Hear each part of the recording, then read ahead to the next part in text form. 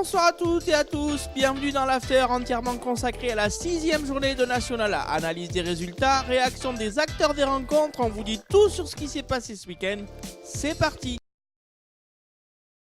Si Toulouse rentre de Gennevilliers avec un succès précieux, les joueurs du TIC ont une nouvelle fois eu très chaud, tant les promus genevillois ont offert une belle résistance à domicile, justifiant ainsi largement leur excellent classement en ce début de saison. En difficulté en première période et mené de 12 points à la pause, Gennevilliers est revenu avec un tout autre visage dans les deux derniers quarts-temps, plus collectif et plus inspiré, au point de faire souffler les doutes dans les têtes toulousaines jusqu'au bout. Au micro de Pika Sport, Franck Belen, entraîneur de Gennevilliers, retenait l'abnégation de son collectif tout en rappelant ses progrès, alors que Jean-Louis Granzotto, l'entraîneur toulousain, affichait lui un certain soulagement. On les écoute dans l'after. Ils ne se rendent pas compte qu'ils ont la capacité de faire mieux. Leur problème, c'est juste qu'ils n'ont pas assez confiance en eux.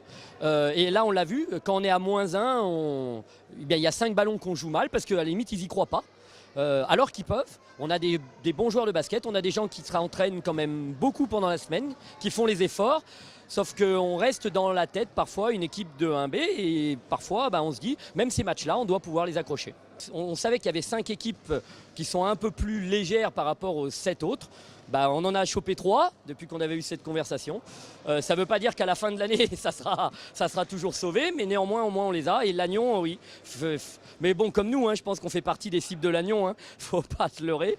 Écoutez, ça va être un beau match là-bas sur un terrain qui est encore plus mou que le nôtre. Donc ça risque, il ne va pas y avoir beaucoup de vitesse, je pense. Un beau match dans le sable et puis on fera ce qu'on peut, comme eux.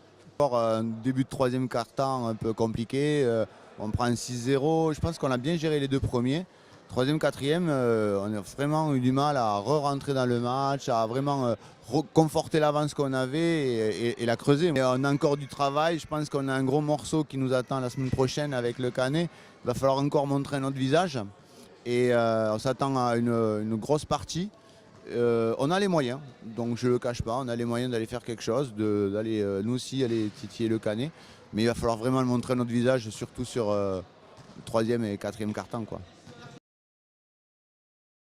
Revenons maintenant sur l'ensemble des résultats de cette 6e journée, en commençant évidemment par évoquer le choc entre hier et le Canet. Et de ce déplacement hier où ils ont concédé leur première défaite de la saison, les Hornets doivent tirer plusieurs leçons. La première, c'est que sans une bonne défense, il est impossible de rivaliser avec cette formation hierroise qui a réussi samedi soir le match quasi parfait. La seconde, c'est que malgré un effectif largement diminué, le Canet a fait mieux que se défendre. Le résultat n'est donc pas si négatif, car malgré les 92 points encaissés, notamment grâce au duo infernal Jouancer-Moser, les joueurs de Daniel Paquet n'ont pas refusé le combat. Au contraire, ils ont même réussi à inscrire 74 points, là où hier n'en avait encaissé que 64 au maximum lors de son dernier voyage à Bordeaux. Une semaine après sa médiocre prestation à Meaux, le Puy-en-Velay a retrouvé le chemin du succès en dominant Bordeaux à la maison. Les Auvergnats ont construit leur succès après la pause grâce à une défense solide et en s'appuyant sur le duo Megrini-Zidi, auteur de 44 points, alors que du côté des visiteurs, les 15 points marqués par Sébastien Evano n'ont pas permis aux Girondins d'éviter une 5e défaite.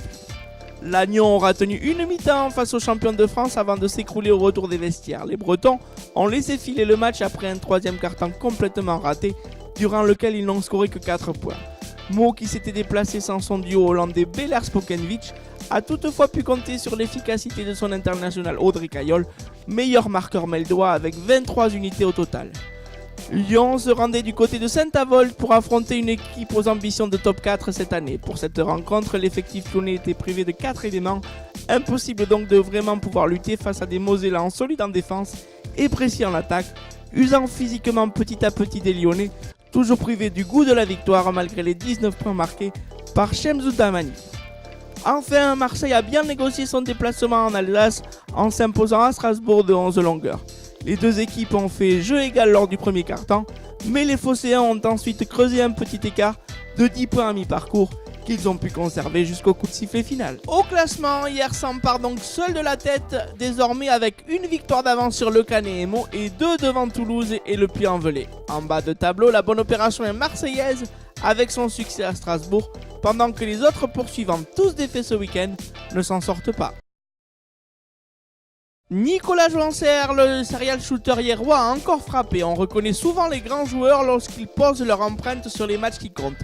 Jouancer en fait assurément partie, tant il a éclaboussé le choc face au Canet de son talent avec ses 46 points, meilleure performance individuelle de la saison et plus gros carton européen ce week-end en termes d'évaluation, devant les 41 de Sofan Meyaoui avec Santo Stefano en Italie et l'Iranien Adi Hazard de Badajoz en Espagne.